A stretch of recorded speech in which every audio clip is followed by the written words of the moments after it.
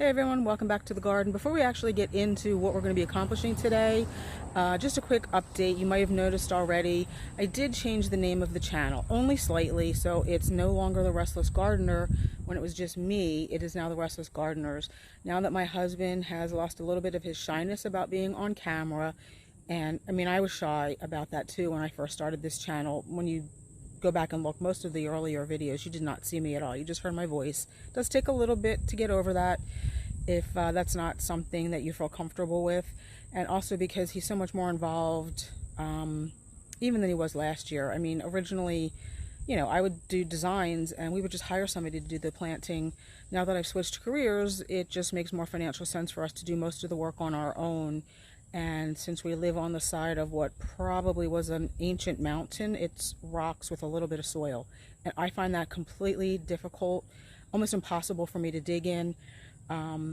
You know, I can manage to plant smaller plants like perennials and annuals, but anything bigger, I do need my husband's help for that. So I just thought it only fair that since he's so much more involved now, that it becomes the Restless Gardeners. So just that quick update.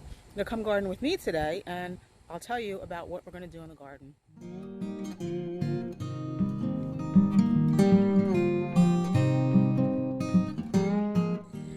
So you notice my neighbor's truck is in our driveway again because we have more mulch.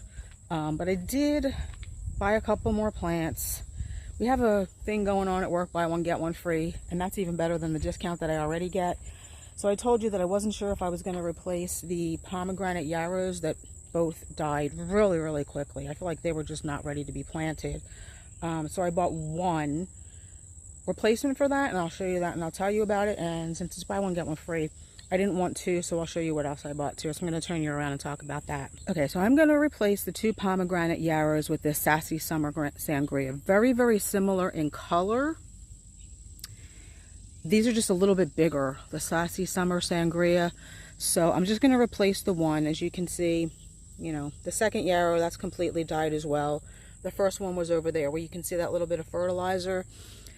The pomegranates were, I feel like they were on the tag at work when we had them. It was a 16 to 20 inch, but when I bought the two at a local plant farm out in Lancaster County, they were closer to like 24 by 24. So this Sassy Summer Sangria is even quite a bit larger than that. So I feel like I really only want to put one here, and in a couple of years, you know, yarrow spread. So I feel like we'll be able to divide this and end up with two anyway.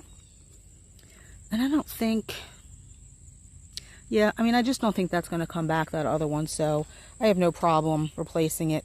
So many of the plants we planted this year have just looked horrible.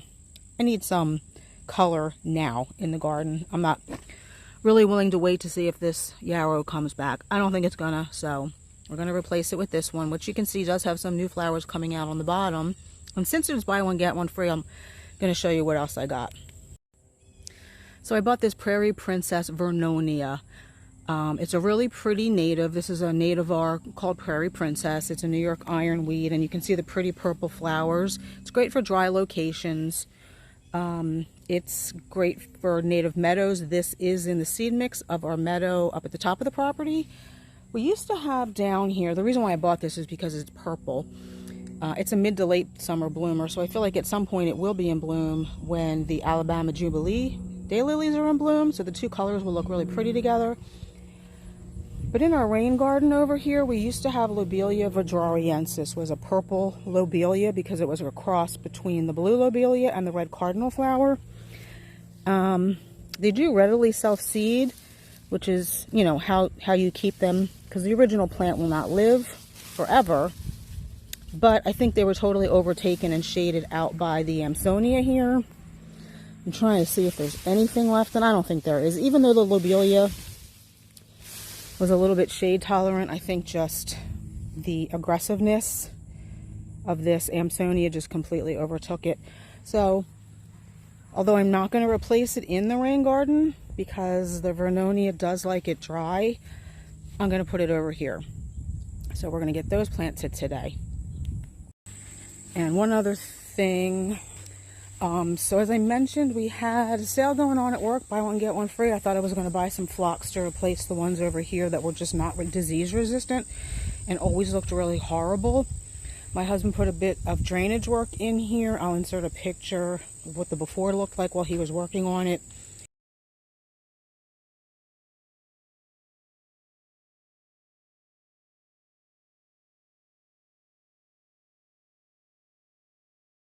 In preparation, we thought we were going to get tons of rain from Hurricane Debbie. We ended up not, but at least now the drainage work is here.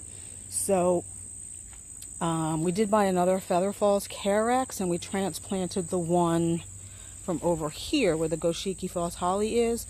So the Goshiki Falls Holly was there, and the Carex Feather Falls was here.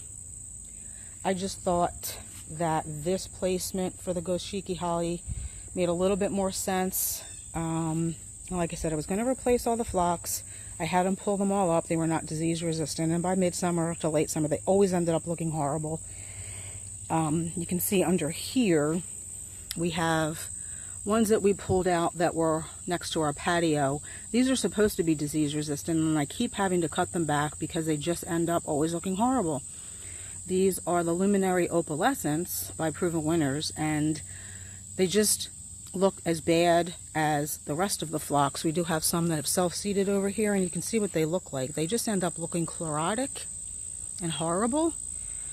So I wanted to buy some of the other Luminary series. We did have a couple at work, but I don't want to rush to replace anything in here at the moment. You know, we have a lot of open space here. Was thinking maybe, well, this Veronica needs to move because it doesn't get enough sun. Thinking maybe an Annabelle or an Incredible hydrangea. I feel like that will take up all of the space in here though, so maybe a Thea Thin Man. I don't know that I want another American Pillar because they can get really large. So maybe a Thea Thin Man would kind of tie this bed in with the one on the other side of the house. Thought maybe a couple of boxwoods, maybe like a Durunk boxwood like we have here outside of the fence. It's one of those tall upright boxwoods, but I don't know if that makes sense either. So I'm just going to take my time, kind of decide what it is I want to do here, not just rush to replace plants. One other thing I do want to accomplish today is cut back. I don't want the fence to slam. Okay, that's all right. I want to cut back the ladies' mantle. It is way past done blooming, and I don't think we'll get a second flush out of it over here because it is quite shady. It's partly sunny, but it's not enough sun to get a second flush. But I feel like it'll look better if we cut it back. And some of the hosta too, I feel like it's just been so dry this year. Even though we have a soaker hose running through this bed, which we have run quite a bit this summer, I don't know, these two in particular don't look that great. So I want to get some of that dead cut out. So I grabbed my purple bucket, my glove, my pruners, because I'm going to start with cleaning up the ladies' mantle and the hosta.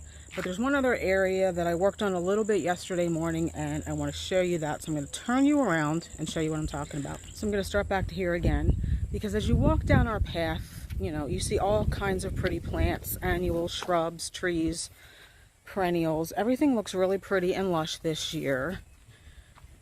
You continue down the path.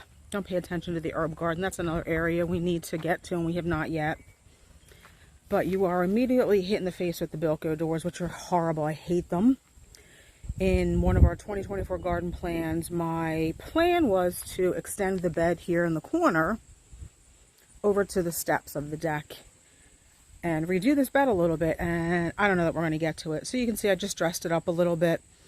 I had this little bistro set in the basement. We used to have inside of our fence. We haven't used it in a couple of years. I bought some more plants and some pretty pottery, and I laced, you know, it's just not the mess that it was. This tends to be the holding location for the plants we want to get into the ground, and I just tried to organize them a little bit. So I bought a Japanese painted fern. We have one of the hostas we got several weeks ago at another trip to Black Creek Nursery. I got another Jack Frost Brunnera. This Peachy Tea Heucherella is for a different project.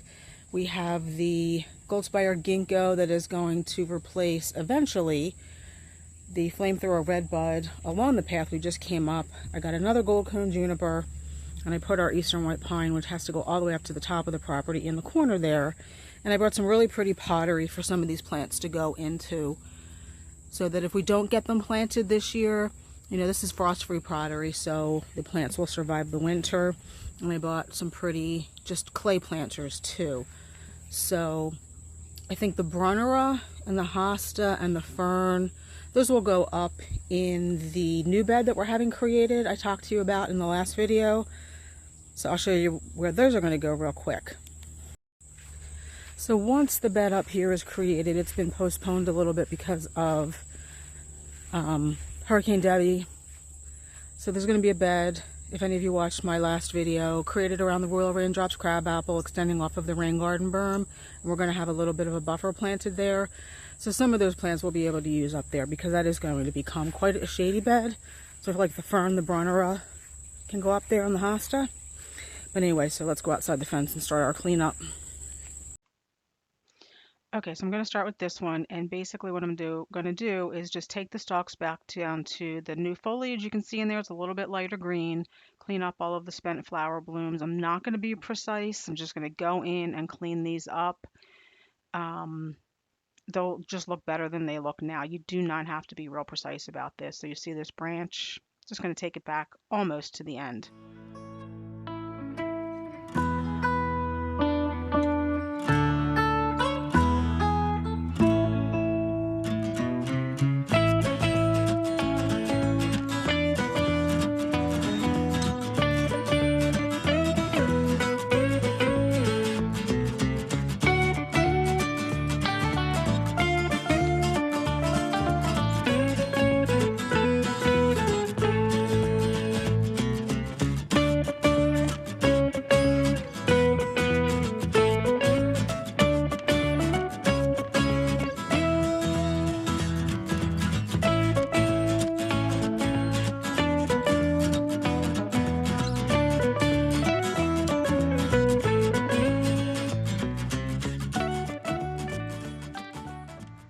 So let's see what it looks like afterwards. And you can just see it's just a neat little tidy ball. You can see the new foliage down there.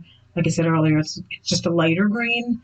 Again, I wasn't precise. I just wanted it cleaned up. Now let's get to the rest of them. That's a pretty shot.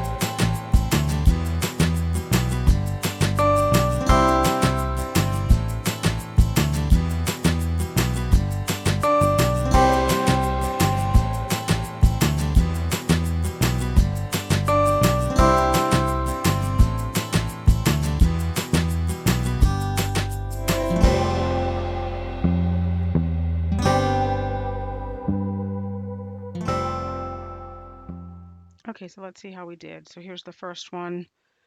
Again, wasn't real precise. Just wanted the spent blooms taken off. I already showed you that one. Here's the rest of them going down the path. So you can just see all of the dead blooms are just gone now, so they just look a little bit tidier. I do think the sunlight showing through looked pretty, but that's a sacrifice we have to make. I didn't get every single crispy branch off these hostas. I feel like I probably could have taken them all the way back, but My pruners feel they need sharpening, and I feel like that was impeding me a little bit, but I did clean them up a bit, obviously. Just not as many crispy leaves on them as there were before. Let's take a look from this side. I did not clean this lady's mantle up because it's so hard to get anything to grow on this side because of the bed so dry. I left that one. It's pretty. The spent blooms are pretty, and I felt like if I took it back too much, there wasn't going to be anything right in this spot, so I left it. And I did take the opportunity to clean up these heuchera as well. These are peppermint spice. I just took the dead bloom stalks off. They were kind of crispy. So I think it all looks good over here. All right, let's go get those plants planted now. Okay, so I already got the hole dug for this one. There was actually already pretty much a hole here because we already had a plant here. So I think it's going to look pretty up against the dark green of the Thea Thin Man. So I'm just going to set you down, do some little bit more cleanup in that hole and get the plant in it. Did bring some, this is just topsoil we've been using to clean up some holes, fill in some holes. Oh, big spider. Where'd you go? Let's get you out of there. Let's clean this up a little bit.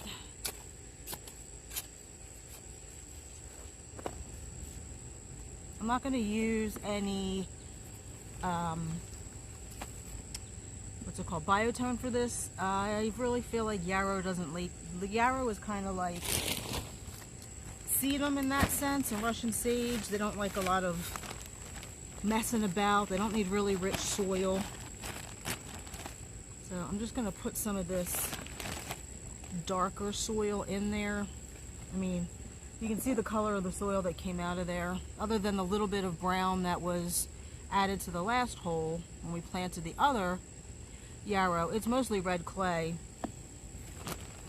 So I'm just going to enrich it a little bit.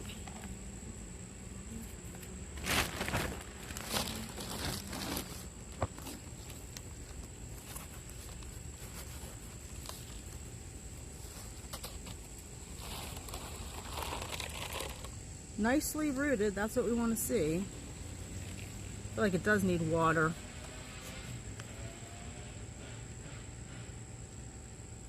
So again, this is a Sassy Summer Sangria. Let's see. Blooms early to midsummer, plant in full sun, grows 30 to 36 inches tall, 36 to 42 wide. Prefers well-drained soil, hardy in zones 3 through 8. So that's why I say I feel like we're going to be able to divide this in a couple of years and get 2 out of it anyway. This is a really big one.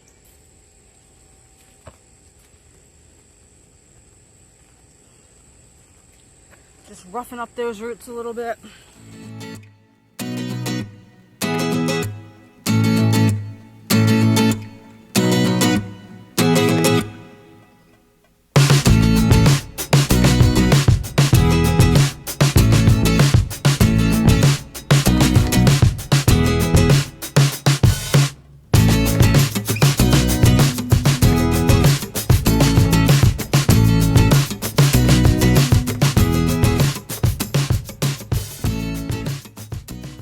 I didn't spend a lot of time getting soil, like, I don't know how to explain it. I mean, obviously I got enough soil down into the hole, covered it with mulch. I didn't really pound it down in there. I feel like sometimes when my husband and I plant, we spend way too much time worrying about getting the dirt in the hole exact. Go around and we pat and we stamp it down. You really pack the soil in there. And I sometimes feel that that harms our plants more than it helps, especially with the clay. I don't know if any of you guys watch Garden Answer. I'm sure you do. Even the Landscape Connection, they dig a hole. They don't have any rocks. And they spend very little time backfilling. So now I get it. Their soil, much different from ours. But I feel like we spend too much time backfilling. Obviously you want good root to soil connection, I guess you call it. But I'm not going to spend a lot of time backfilling because I feel like in clay soil it just sometimes gets too compacted. So this is what I had hoped the original yarrow would look like. Step back a little bit. Yeah, that looks pretty there. I mean, I guess, you know, we could have had 2, but you see how big the Walker's Low catmint is.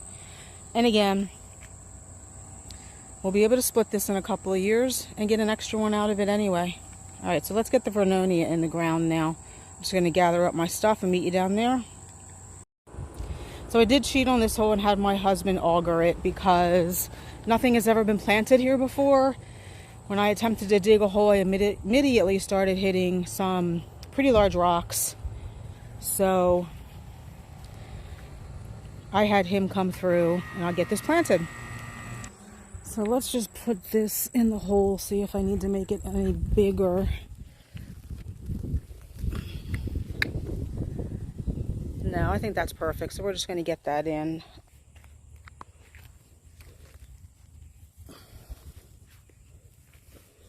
I just watered this because it did feel quite light.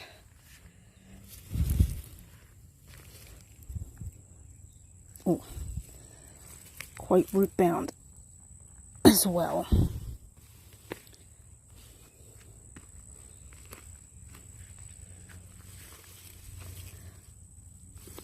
All right, I'm gonna have to turn you guys off and work on this. Okay guys, I gotta cut this out. It is not coming out of the container. I'm afraid it's gonna break. The plant itself is gonna break if I keep pulling on it. So, I mean, you can see roots coming out of here. I don't know how easy this is gonna be to get this cut.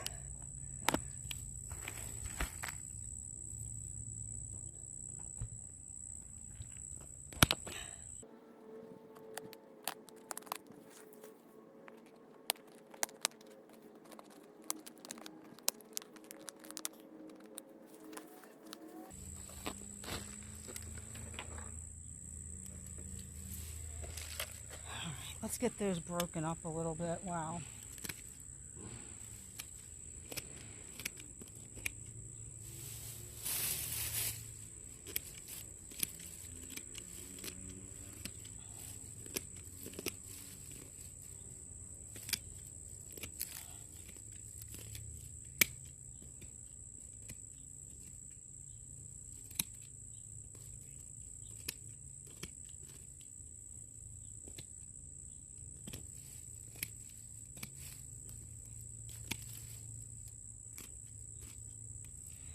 Well, I hope that's enough to get this plant some help rooting in.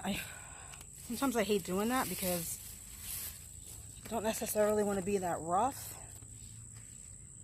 but I feel like that needed it.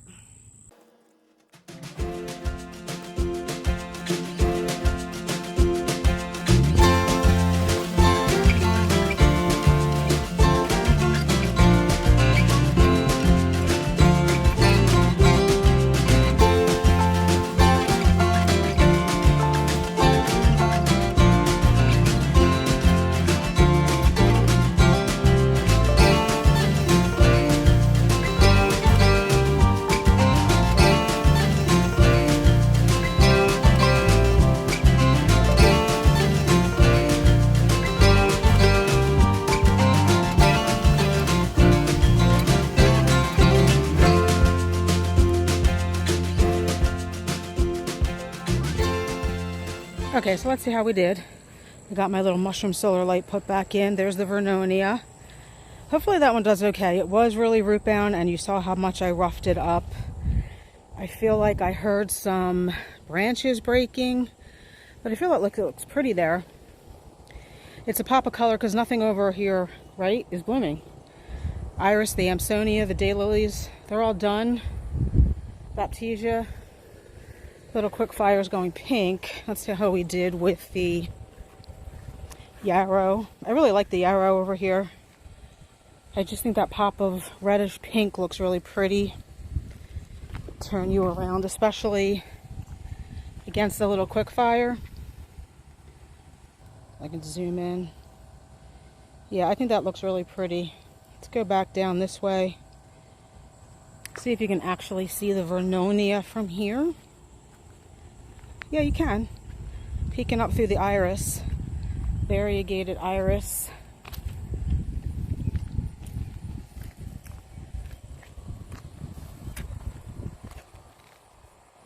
So I'm pleased with how that turned out. So as Jenny from Creekside would say, we are glistening today. It's quite warm and muggy out today. So I hope you enjoyed this video, guys. Thanks for coming along. Thanks for all your support. I hope you enjoyed the video, and we'll see you in the next one. Have a great day. Bye.